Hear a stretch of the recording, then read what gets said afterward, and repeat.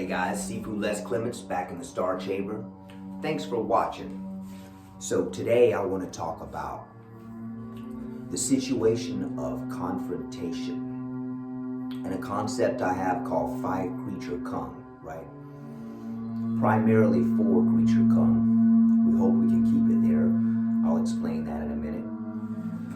So we all have dealt with confrontation, right? And I'm not talking in this video about physical confrontation. I'm talking about confrontation in the sense where it's going to be arguments. Someone who's argumentative. When you're feeling like you're being disrespected, you're feeling like someone's trying to undermine you or put you down. I don't like to use the word narcissism because anyone can use it, and it seems like so many people love to use that word and just point the finger, and that is kind of a narcissistic quality. So I like to be very careful with that word. I'm just using that to highlight any type of dysfunction that we have to deal with, right? Now, first off, what we have to ask ourselves, and this is where Five Creature Kung will help. Let's say someone says something, makes you feel like, okay, that's not okay, that's disrespectful, I don't like that. But you gotta ask yourself first, this Five Creature Kung, the crane inside is gonna ask, all right, is this really a big deal? Am I just being a little too sensitive, or is this really inappropriate, right? So by this point, it could come to a confrontation. Let's say that this person says something to you that makes you feel insulted. Let's say they speak for you, or they put words in your mouth and they don't let you talk. Now, all right, the crane looks at the self, you look inside, that's not okay. Not okay at all. So the tiger is right there, ready to go. See, now the tiger has only come for war. That is its only purpose. It's come to confront, and if there is going to be a problem, it's going to be on the front line, right? Even if it's not physical. Here's an example. Let's say that you're talking to, we're just going to create a fictitious character. Let's say you're talking to Bob. And Bob is really good on the job, with his job, what he's doing, and Bob is trying to train you, trying to help you do something.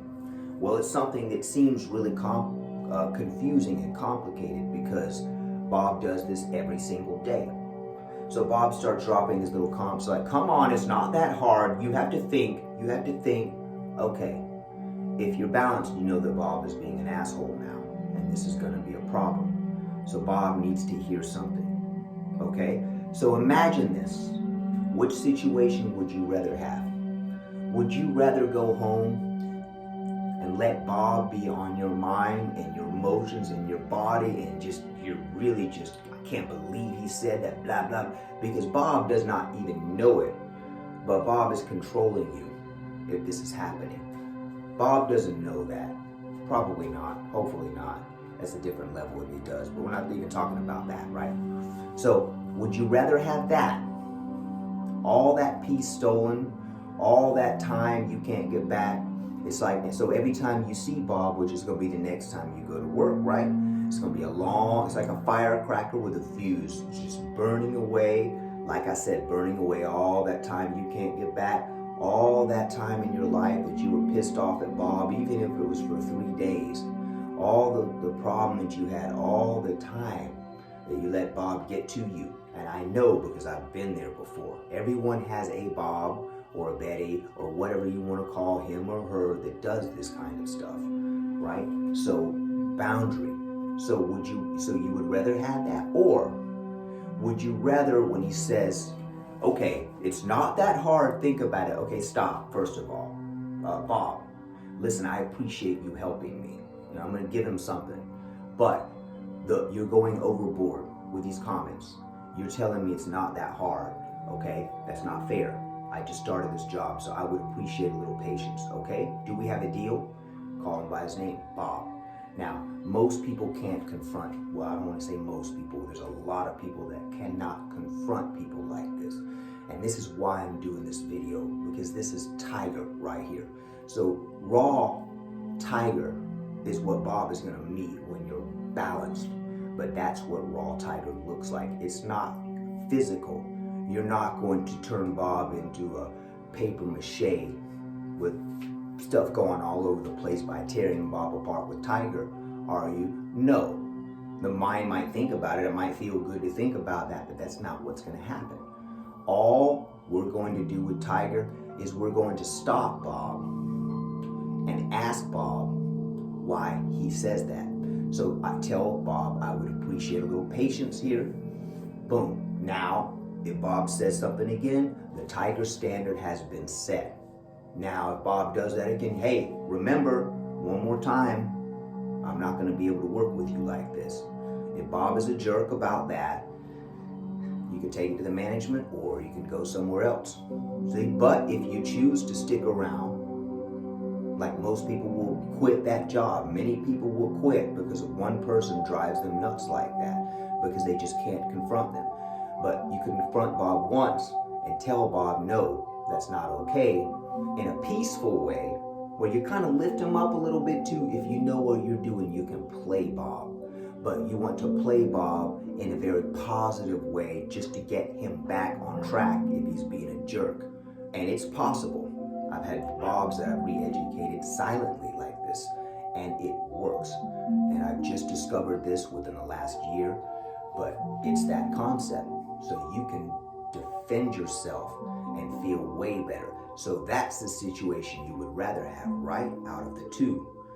You stop him, and then you go home and you smile and you say, I am so glad I stopped him. And who knows, maybe Bob isn't a jerk. That's why we want to find out. And here's the important thing. So the crane is going to be right there with the tiger. The crane is telling the tiger, you chill out for a minute. Let's find out what Bob's intentions are. Let's find out, and that's what I'm saying. So it might not have to get to the level that we don't want it to go to, but the crane is going to find out. So the crane says, shut up and listen to the tiger, or wait. All right, now the crane is finding out, asking Bob, hey, let me ask you, Bob, what is it that makes you feel like you have to tell me that this is not that hard? Because I didn't say it was that hard. I just simply said, I'm having an issue following you. Can you go a little bit slower? I know you're very good at this. You see, I know you're very good at this, but I need you to go a little bit slower, because if he gets me on board real fast, maybe I'll screw it up. You see, there are ways to talk to Bob, and the crane teaches us that, but the crane teaches us that first, we have to ask. If you want to know what someone's true intentions are, the fastest way is to ask. Now, if they're not honest about that, then we have other measures. Now that's the snake. Now the snake recognizes deception, so the snake is also there. So anyone who is acting like this, whether they are willfully, intentionally being nasty, or they're just unaware of it, it doesn't matter. All four of these creatures are there. The four creature come. The tiger is there, ready to confront this person if it's not right. The crane is there to cool the tiger down and ask the person, wait a minute, let's find out what's going on. Why do you feel like this is okay, man? And then the snake is there to feel through intuition and the water element to know if this person's telling the truth. If the water in your body is balanced, you can feel a person's truth or their lie, right? So the snake is doing that. At the same time the snake is doing that, the leopard is puffing that flame to keep the fire steady so it doesn't get too hot. Heat up the water, make the snake's job harder, and then you get all pissed off and blow up at Bob, and you quit. We're trying to avoid blowing up at Bob, and we're trying to get Bob to realize that Bob doesn't have to be a jerk about it. If he really is. Like I said, Bob may apologize. Hey man, why do you feel like you have to? Hey, look man, I'm sorry man. I'm sorry Les. I do this every day man. I forgot man. I'm sorry. Here, look. Let's try it again. Let me show you like this. Now, Bob this way is a good person. This is someone we can work with. Why?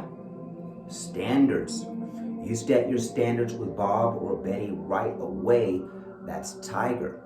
See, so during this whole process, these creatures are working together. Now, here's the difference, my perspective. You have people that are calling in animal guides, lighting sage and clearing and doing all these things. Now the sage is very good for purifying, right? But like to do a ritual, to call in the leopard to help you, using magical spells and stuff like that.